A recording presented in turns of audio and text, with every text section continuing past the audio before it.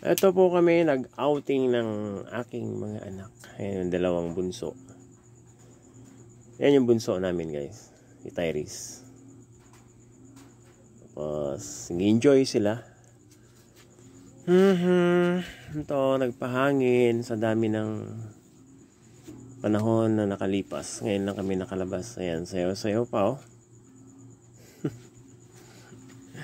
Enjoy siya. Yan, dalawang magka-partner na yan, batang yan. Palagi magkasama. Ito naman si ang ganda ng dagat guys.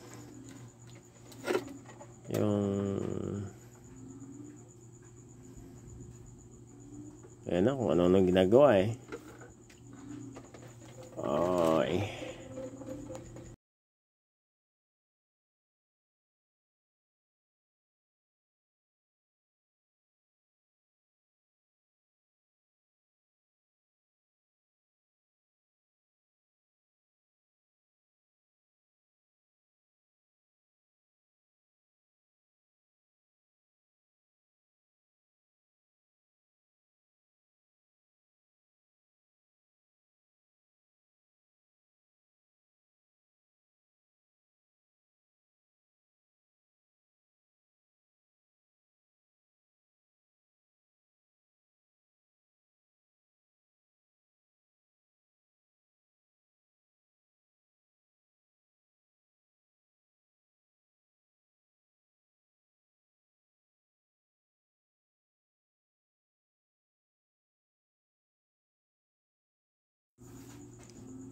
Ito naman si nakatalikod niyan si Ryler. Mas matanda siya ng 1 taon guys. Pero parehas silang nasa school. Sa isang school lang sila nag-aaral. Mari grade 12 na itong pasukan na to at grade 11 naman tong bunso. Nag-enjoy sila. Kasi ngayon lang kami nakakalabas na ganyan. Nung malilit sila, hindi kami nakakalabas guys. Itong bunso ko nanibago ako sa kilos kasi parang medyo okay na siya. Pero mga nakaraang taon, simula na maliit siya, hindi ganyan eh. Mailap siya. Parang, ano may tawag nun? Introvert? Ito naman si Kuya Rando. Yung pangalawa kong anak. Yan. Natutuwa ka ako guys kasi sama-sama kami. Kompleto kami. At feel ko talaga yung banding namin. Kaya nag-enjoy kung binibidyohan yan. Makulit. Ito naman si Bangis. Yan siya lagi.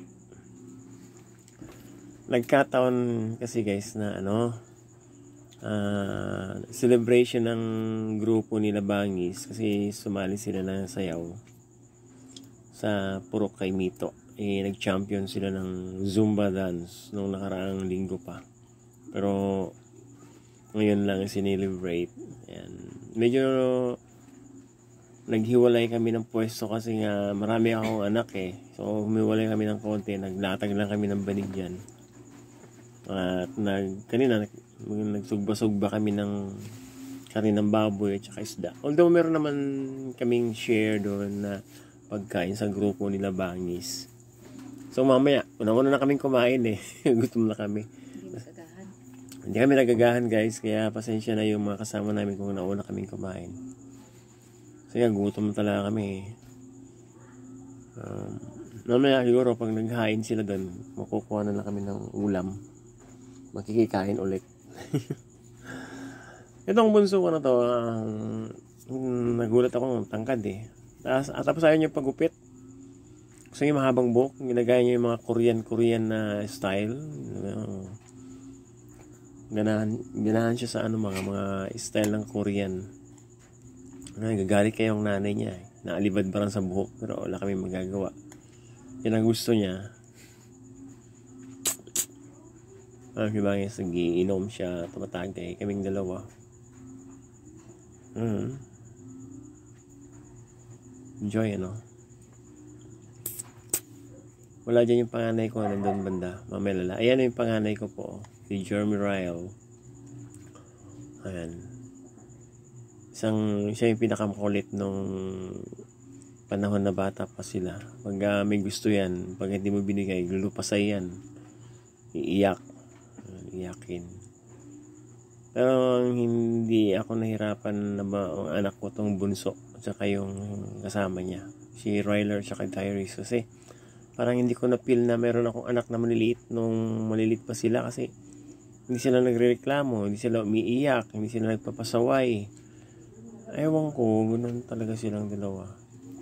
Hindi katulad ng mga naunang mga anak ko na, ayan si Dato Kiana, ayan doon sa kubo, nakaitim. Ayun yung pangatlo kong anak, guys. Okay naman, graduating na siya sa awa ng Diyos. Nakaraos din kami sa kanyang pag-aaral. Masipag na bata na yan, na tinutulungan niya yung sarili niya para makatapos. Although hindi naman namin kayang suportahan lahat ng pangailangan niya dahil nasa private nga siya, medyo kami kamahalan, pero tulong-tulong kami ng aking mga anak para yun nga makatapos yung isa kong anak. Ayun, pangatlo. Yung dalawa, yung panganay ko at saka pangalawa, okay naman na sila. Ayan, si bunso. Ayan, feeling Korean ng style eh.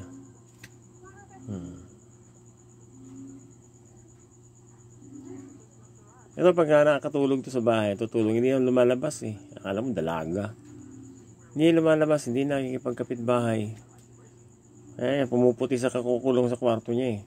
Kahit ang init-init ng panahon, nandun pa rin, nakahiga. Pero masipag naman, pag inutusan mo yan, magpakain ng mga kung ano, mga aso, mga manok. Ayusin naman yan sa gluluto eh.